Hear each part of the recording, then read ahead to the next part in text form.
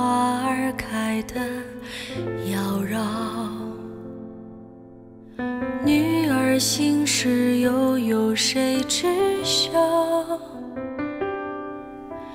问天无语，月儿笑。花园相望人寂寥，痴情人得不到，也忘不掉。寒雨过，夜未央，天出现一丝光亮，牧笛箫声起，山河岁月催人老，一腔深情无以报。这一世风雪路途遥，相濡以沫是骄傲。来世再相约，庭前花朵记得我，到底是一世的情未了。来世再相约，庭前花朵记得我，到底是一世的情未了。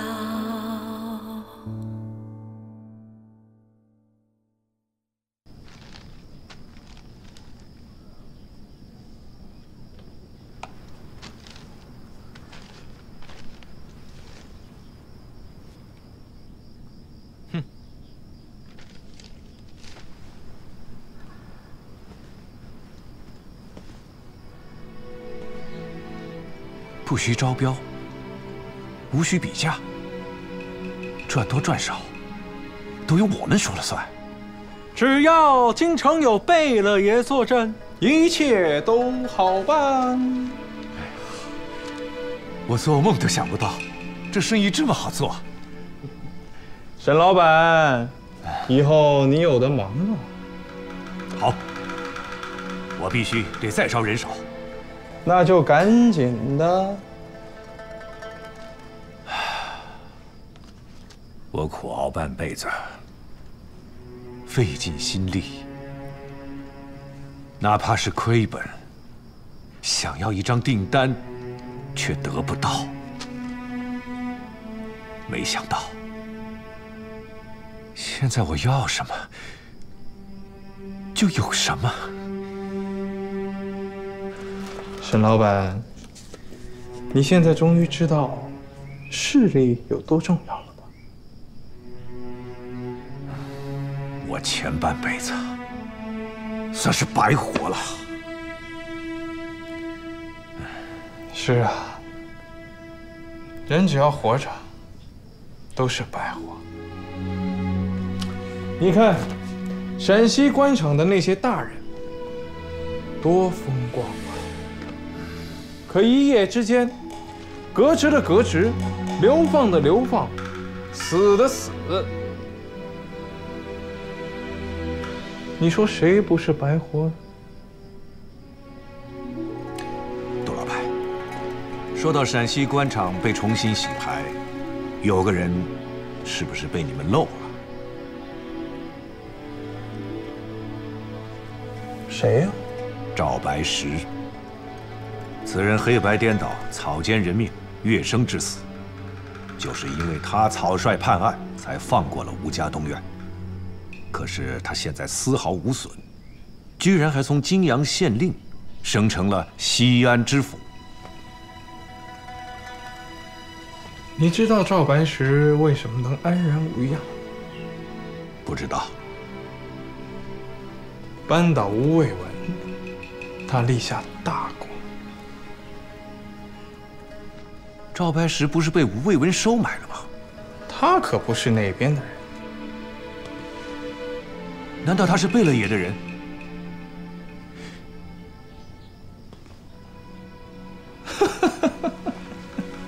哎，那他到底是哪一边的？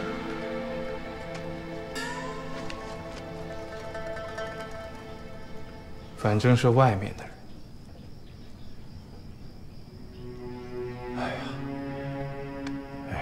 杜老板，以你的精明能干，难道就没有想过为自己谋个一官半职？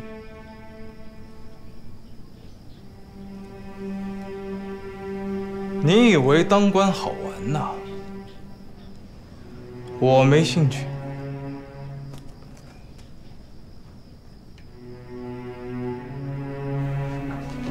老爷，这是本月的账，您过目。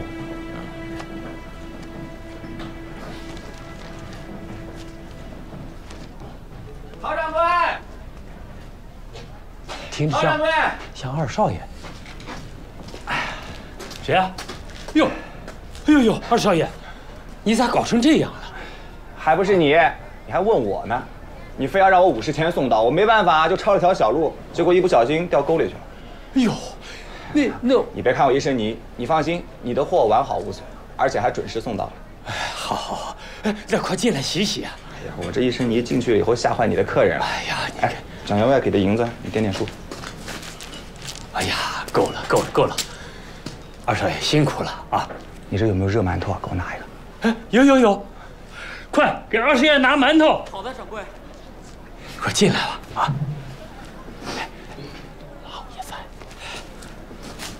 啊，爹，不是，老爷，腿怎么了？啊，这没事儿，我抄近路嘛，就掉沟里去了，沟里有个石头给我硌着了。少爷，您的馒头。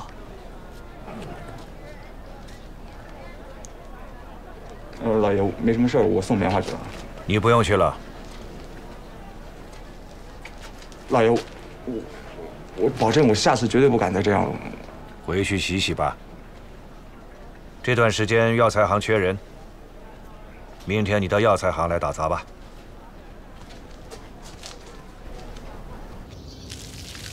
二少爷，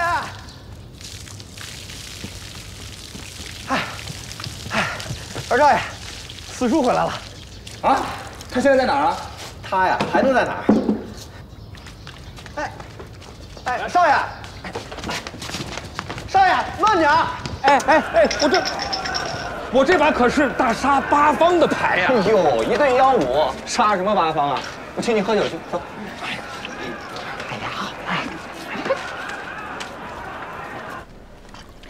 你们走了以后啊，我派人到处打听，我还以为你们去了草原了呢，害我遗憾了好一阵子。别提了，在高陵的一个院子里啊，关了1个多月。你现在回来就好了，也有人可以陪我一块喝酒了。怎么，我不在的时候，没人陪你喝酒？没人陪我像这么喝。哎，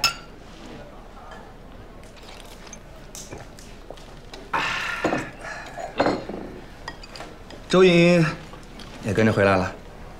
就是他非得要回东院，我只有舍命陪君子了。东院都成这样了，他回来干啥？说什么吴聘对他好，吴卫文信任他，所以他非要回来撑起东院。哼，他撑得起来吗？他？还真别说，他现在啊，是如假包换的吴家大当家的了。啊？他当吴家大当家，这怎么也轮不着他吧？还真就是他。他肚子里有吴聘的娃，啊，母以子贵，吴卫文就传位给了他。他有娃了？3个月了，梁大夫摸的，是男娃。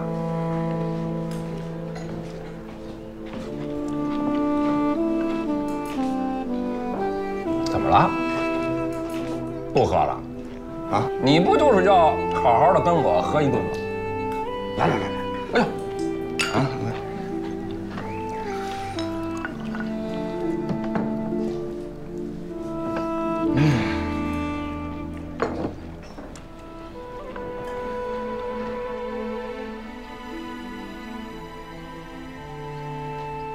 他来干啥？没说。哼，莫非还惦记着吴家大当家的位置？这吴家东院都没有了，还有啥吴家大当家的啊？哎，他要是管你借钱，你可千万别答应他。反正我就在这儿，你要是拿不准，就出来问我。哦。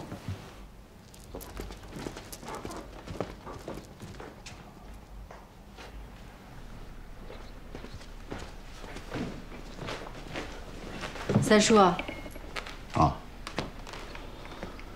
周阳啊，我劝你死了这个心吧。就算我同意，我二哥和四弟也一定不会同意。三叔，我今天来，不是为了吴家大当家的事儿，我是想跟你商量，我们东院想把3元典当行收回来自己管。你说什么？东院占股70%。照理说就应该我们东院自己打理，但以前东院生意太多，照看不过来，所以委托给了三叔。但现在东院也没什么生意了，所以就不劳烦三叔了。我等，谁跟你说东院占股70%？你、二叔还有我爹，当初开办的时候，那白纸黑字上都写着呢。还盖了市一堂大印呢，难道三叔忘了？这事儿是有，但是前段日子大哥已经卖给我了，也是白纸黑字儿，还是我大哥亲笔写的。加盖市一堂大印了吗？按照吴家的规矩，没有加盖市一堂大印的契约都不作算，所以那70%股份现在还在我们东院名下。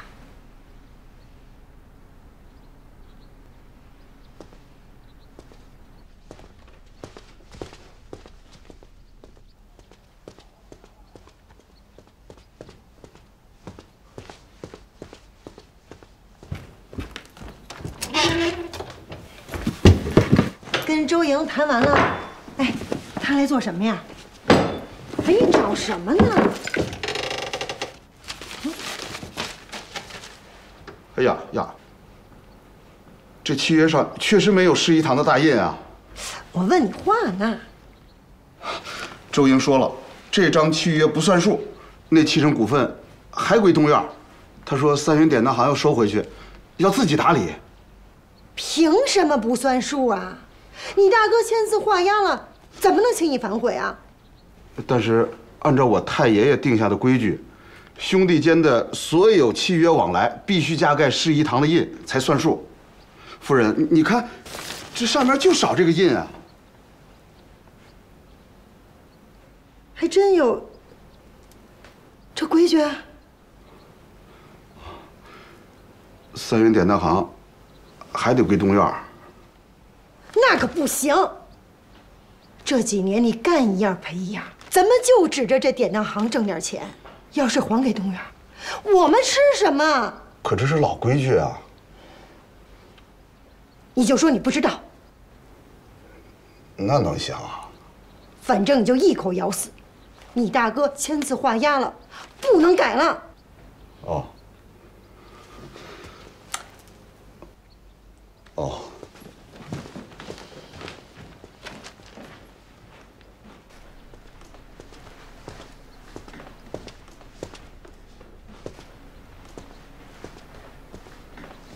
三叔，你找到那契约了吗？的确没有加盖市一堂大印吧？少跟我来这一套！什么市一堂大印？什么规矩？我不知道，没听说过的都不算数。反正3元典当行已经归我们南院了，谁也别想拿走。三爷。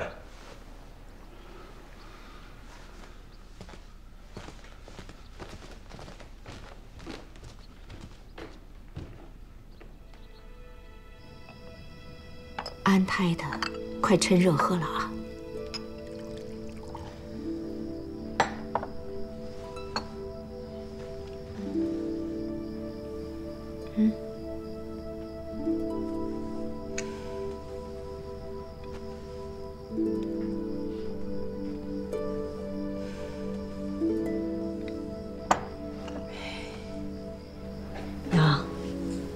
三叔家里的事情，是不是都是柳氏做主啊？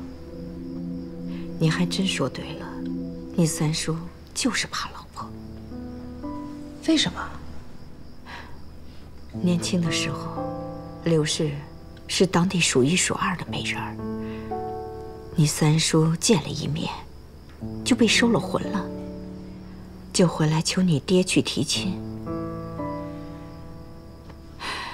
开始啊，柳氏先不同意，后来你爹还是狠花了一些银子，你三叔才把柳氏娶到手。从此，他就把柳氏当宝贝一样宠着，都把她宠翻天了。哎，这就难怪了。你的意思是，柳氏拦着不还我们股份？那我去问他，他良心长哪儿了？他们是存心要赖掉这些股份，你去问了也没用。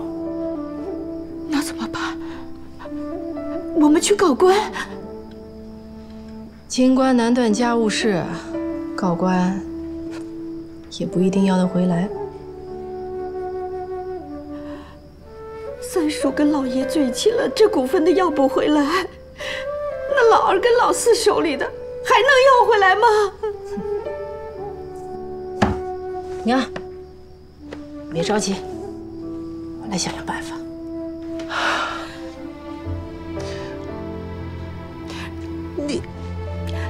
你这是什么姿势？啊？你给我好好坐着。娘，我这样蹲着舒服，比坐着舒服。周莹，东院虽然已经不是以前的东院了，但规矩还是以前的规矩。再说了，你这个样子对孩子也不好啊。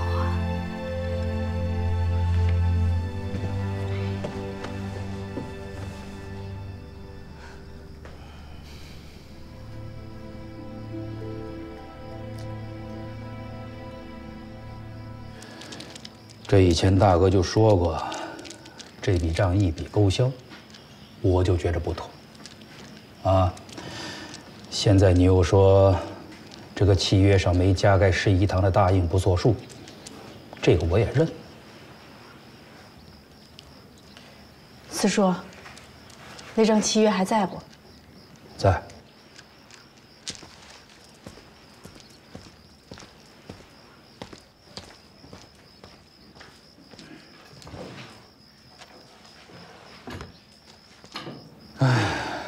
周阳，你放心啊，这5000两银子呢，四叔绝不会赖账。哎呀，只是啊，这以前生意做的不大好，钱基本都亏完了。现在我们中院呢，就剩下这么一个土布作坊，能勉强度日。这以前大哥体恤我，从来没问我要过钱。当然，现在不一样了。东院的光景也不怎么好，啊，也缺钱。哎，这样吧，我们商量一下啊，以后我们中院每年还你100两银子，你看如何？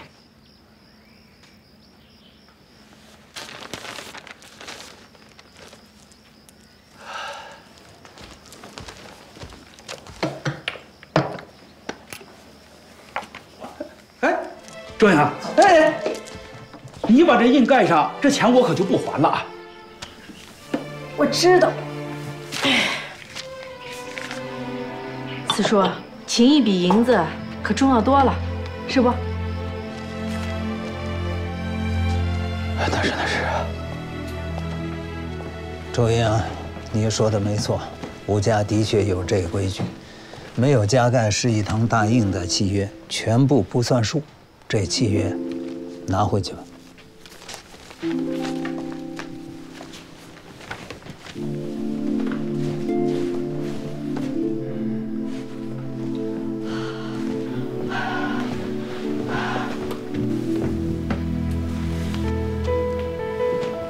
你什么意思？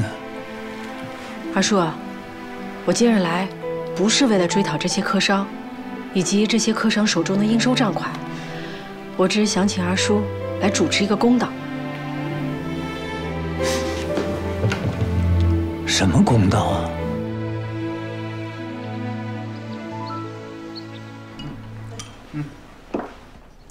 哟，老三、弟妹、二哥、老四，吃饭呢？啊，怎么了？一块儿吃吧。哎，我来。是我把二叔、四叔请来的。你们来的正好，我家老爷呀，正要把这1000两银子交给你们东院呢，正好你们给我们做个证，以后啊，咱们就两不相欠了。三哥，这银子呢，先不忙着交啊。你也知道，咱们祖上是有规矩的，这任何契约上不加盖市一堂的大印，这都不作数，啊。那就把印盖上去。我不要银子，我只要股份。三哥，那东儿不愿意，就别硬逼着人家东儿把股份卖给你了。可大哥亲口说的呀，1000两银子卖给我，你们咋不听大哥的呀？爹这么说，并不是他的本意，只是权宜之计。大哥一言九鼎，怎会戏言？老三，大哥和我们断绝关系，那是为了保全我们，演给外人和官府看的一出戏而已。现在既然市一堂的大印在此，我看你啊，还是遵从祖上的规矩，别再惦记那7成股份了。这不是，哎呀，这规矩是死的，人是活的，这大活人还能被这规矩给框死啊？弟妹啊，你有何高见呢？我哪有什么高见呀？我就是觉得吧，这么多年都过去了，皇上都换了好几个了，这吴家也散了，这市一堂大印束手束脚的，还不如扔了算了。怎么说话呢？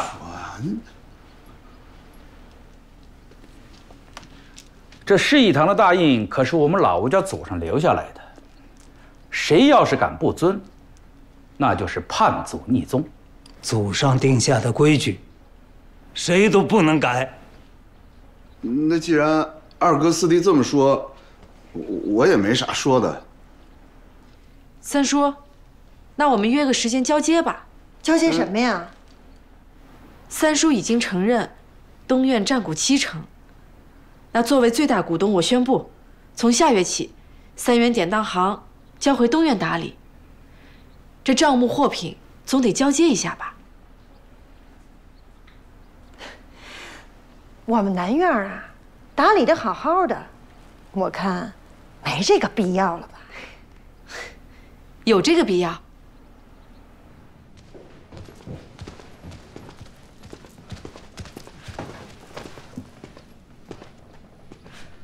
夫人，咋了嘛？你怎么这么轻易的松口啊？7成股份，2万多两银子，就这么没了。哎呀，那大哥在世的时候，我要钱，大哥给钱；我要生意，大哥给生意。大哥虽然现在不在了，可是咱也不能做得太过分啊。那再说了，我们吴家确实有这规矩。如果是大哥找怎么样，咱们无话可说。就算是盖了印，咱们也还。我就知道你有情有义。你听我说完。可现在明明是你大哥要给，那寡妇要我们还，怎么着？你也是吴家的三叔吧？怎么就让一个小辈的女人说什么就是什么呢？你大哥现在走了，论吴家剩下的人，论排行你是老二，论实力，论威望，你可是老大呀！你怎么能让一个排不上号的寡妇给压住了呀？我还真没想到这一层。我告诉你，今天我们是输了这一招，下一招无论如何也不能输。那经营权无论如何也不能还回去。可他是大股东，他说换谁就换谁，我没有办法吗？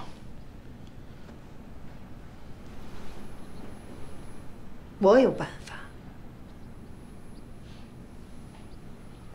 娘，怎么样了？哎，总算是把典当行给要回来了。谢天谢地。那老二老四的那几样也要回来了。娘，为了争取二叔和四叔，我擅自做主，把他们手里的契约都盖上示意堂大印了。什么意思啊？都不要了吗？这可都是钱啊！二叔手里也就几个做布的客商，我们的商号都被没收了，要那客商来作甚？那还有应收的账款呢？我让王世军查过了，也就几千两银子。而四叔那边的欠款，你再怎么逼他，他也还不出来，还不如盖个章，通通一笔勾销，送他一个人情，他们才会心甘情愿的帮我把典当行要回来。老二老四也帮了忙，没他们帮忙说话，那三叔能轻易答应？话说回来，现在真正值钱的只有这典当行了。若经营得好，一年能赚上万两银子，到那时，我们东院的生计可就不愁了。但我听说了，典当行自打开启，每年分红最多也只有2000两银子。所以啊，我要回来自己干。你做？现在只有我啦。娘，你先歇着，我还要去跟王世军商量交接的事儿呢。哎，你也累了一天了，你也该歇一下了。千头万绪，不敢歇。那你千万要小心，记住，你可不是一个人了。放心吧，娘，我知道了。啊。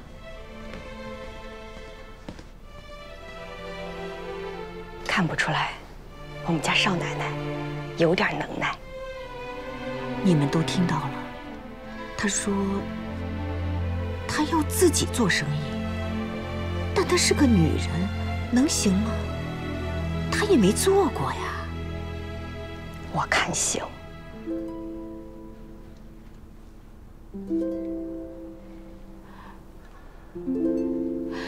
如果一年真能挣个上万两银子，那我们娘儿仨，我们东院就不愁了。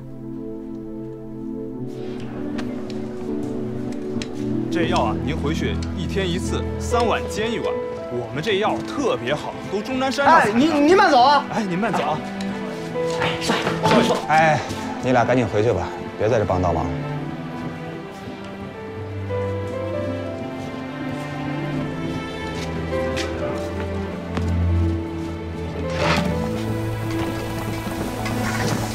这个加点火，我看稠了，加点水。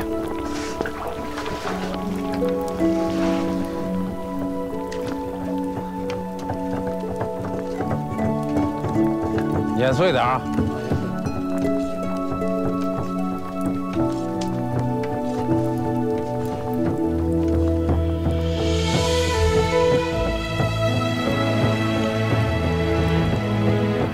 晾干点。好嘞，张部长。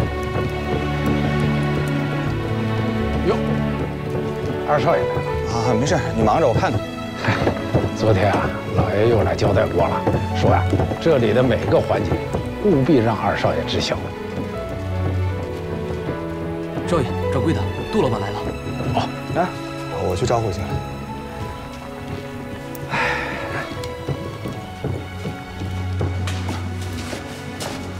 杜老板，来，这边抓药。二少爷，来，快请坐。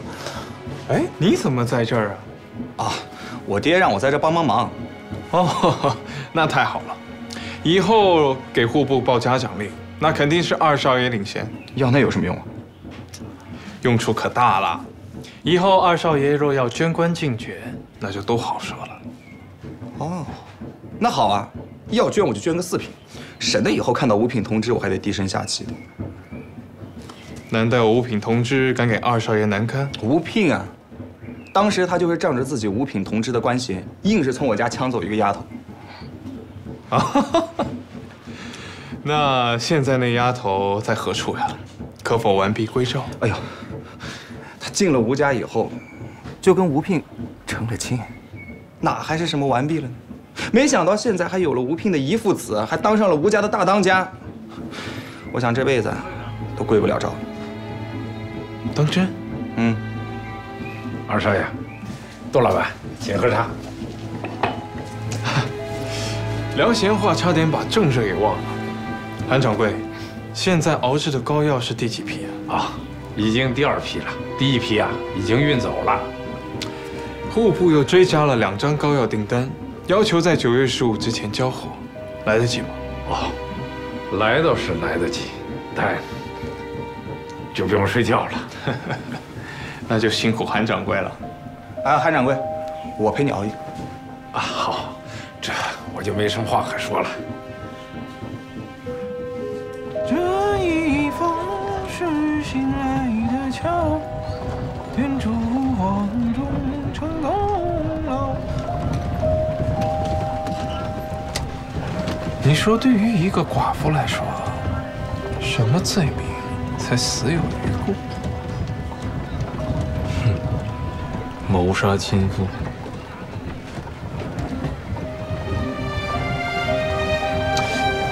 站立在营门三军交，大小二郎听更了。大嫂，你看，这是阿胶，这个呢是鹿茸，可名贵了。还有这个，这个是人参，哎，虫草，你看，特别名贵的虫草，这么多。对呀，都是吴玉给你带的。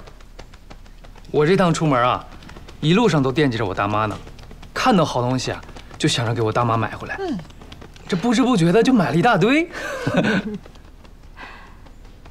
吴聘以前也是这样，去到哪儿都想着我。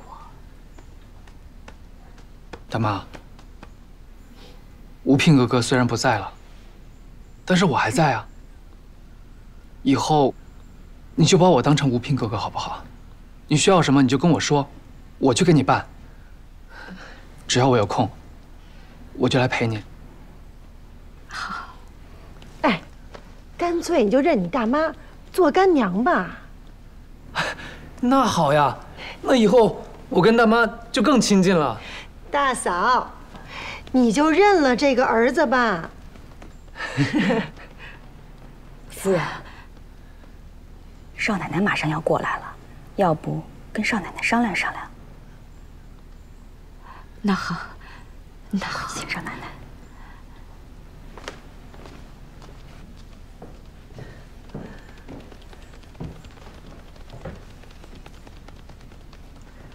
大嫂，这周莹和王世军天天同进同出的，好像挺亲密的。也没啥吧？对，没啥，没啥。春杏儿，少奶奶，春杏儿，少奶奶，春杏儿，少奶奶。哎呀，这个事儿啊，就是娘。哎，我觉得不必多此一举。呀，三婶儿，我这肚子里已经有吴聘的骨肉了，这东院已经有后了，就不劳烦吴玉兄弟了。周莹，我这么提也是心疼你呀。你看，再过几个月你就要临盆了，可千万不能累着。这以后有什么苦活累活啊，就交给你兄弟来干。大嫂，这家里添了一个人，可添了好多事儿。我有个提议，像典当行这样繁杂的事儿啊，你们就别管了，交给我们南院。你跟少奶奶呢，腾出时间跟精力，专心专意的照顾这得来不易的大孙子，你看如何？哎呦，三婶儿，我又不是什么大户人家小姐出身，哪有那么娇气？这怀个孩子就不能看账管家了？三婶儿放心，这3元典当行保证管好，孩子也看好。我是生过孩子的人。哎，对了，三婶儿，还要麻烦三婶儿给三叔带个话，后天初5我会带着王世军去3元典当行交接所有账目。啊，娘，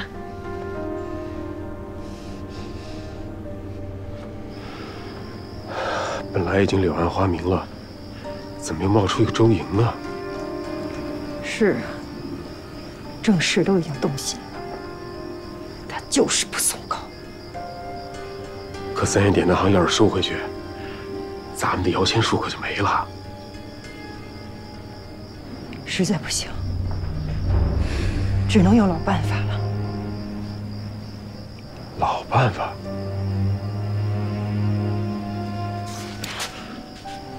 再干一次。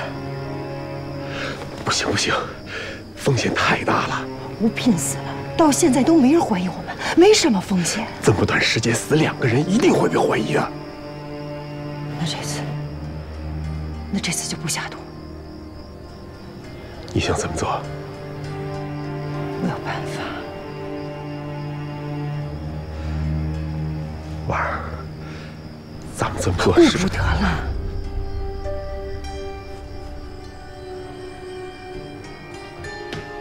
老爷，老爷。哦，来了。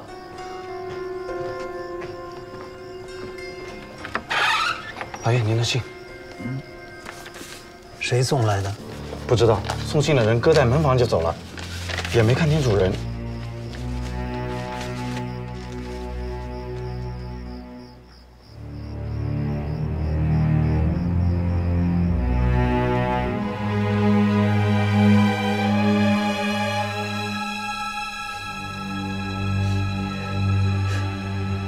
夫人，咋了？谁欺负你了？告诉我，我找他去。老爷，还不是因为东院那少奶奶周莹，她一个丫头，为了救急抬举了一下她，就不知道自己的斤两了。再咋说，你也算是长辈，她是个什么东西啊？竟敢在你面前蹬鼻子上脸！他骂我也就罢了，可是他骂你的话，我听着太难受了。他骂我啥？今天我带着吴玉去看大嫂，可他却说我们贪图东院的财产，还骂我跟吴玉是虚情假意。这个不知好歹的货，他东院已经山穷水尽了。我是念着和大哥过去的情谊，让你带着吴玉常去走动，在他眼里，咋就成了虚情假意了？他还说，你这辈子怕老婆没本事，一辈子一事无成。大哥是可怜你，才分给你点东西，才有了南院的一亩半分。胡说八道！我和大哥闯天下那时候，还没他呢。他又提了那个3元典当行，说你又笨又懒，说这典当行这么大的一块地儿，才做了这么一点生意。他还说这几年啊，不知道你在典当行里给自己漏了多少钱呢？我去扇死这个满嘴喷粪的贱人！老爷，你别冲动。他这么败糟我，难道我还能容忍他？哎呀，老爷，这个女人阴险毒辣，她什么事儿都做得出，你可千万别去惹她。再阴险毒辣，我也不怕，不过就是个寡妇，我不怕她。哎呀，她有帮手。谁？你还记得我有个远方的侄儿，在别院当差吗？记得吗？还是我推荐给吴聘的。咋？是他？我……哎呀，不是，你听我说。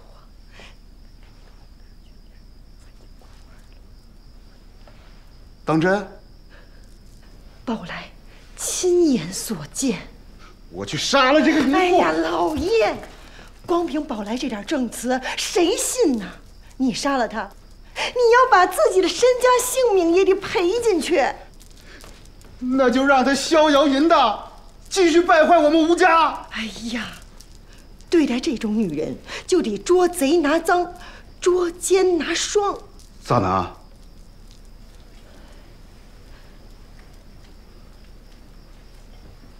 我有办法。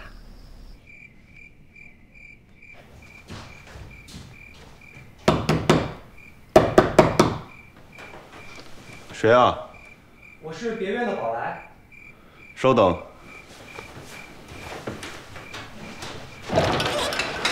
王先生，少奶奶找你有事儿，请你过去一下。现在？对。出什么事了？这么着急？这个他没说，他只是说事情比较重要，他一个人决定不了，务必请王先生过去看看。我穿件衣服，你带路。好。来，王先生这边请。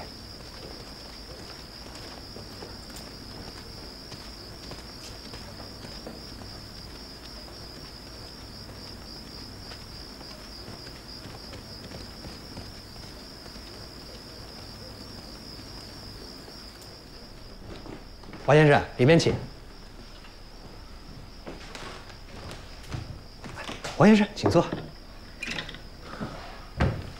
先喝杯茶水。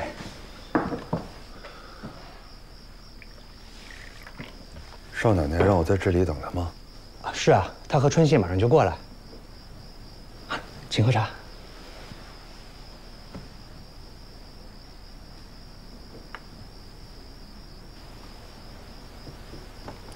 那我去请少奶奶。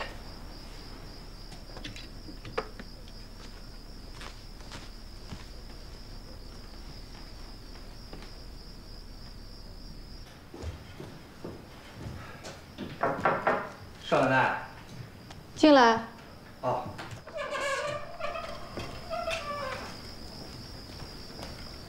少奶奶，南岳三叔要见你。现在？啊，是啊。他说想起一件很重要的事情，必须马上告诉你。什么事儿啊？这个他没说，只是说不能耽误。请他进来吧。哦，他说太晚了，不方便进别院，所以请少奶奶移步到外面去。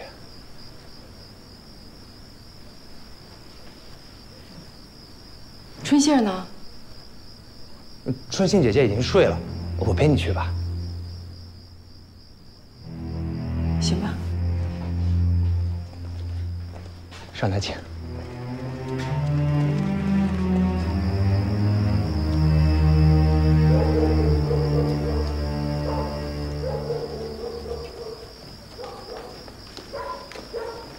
少奶奶，里边请，她在里面呢。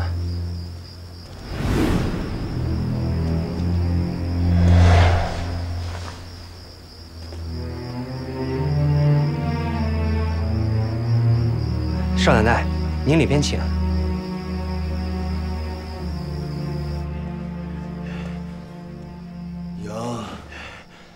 赢！来人呐！我是岳阳抓起来我！这是不是你疯了？放开我！开门！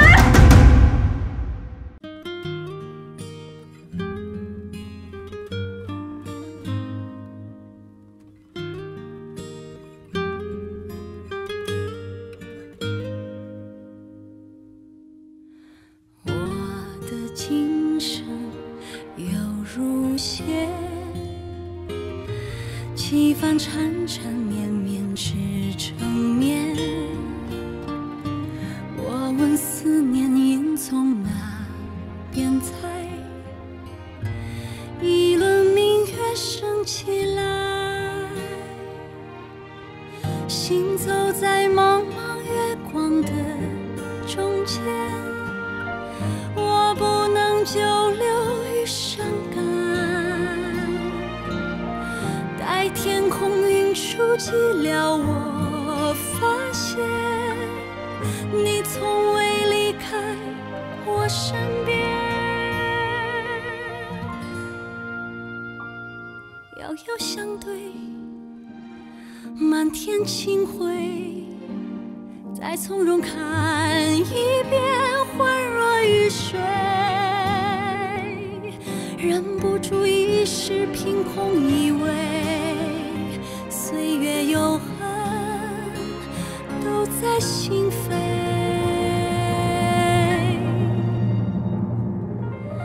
独自在茫茫月光的中间，我不能久留于伤感，迹了我发现，你从未离开我身边。遥遥相对，满天清辉，再从容看一遍，恍若雨水，忍不住一时凭空以为岁月有痕都在心扉。行走在茫茫月光的中间，我不能久留于伤感，待天空云触及了我发现。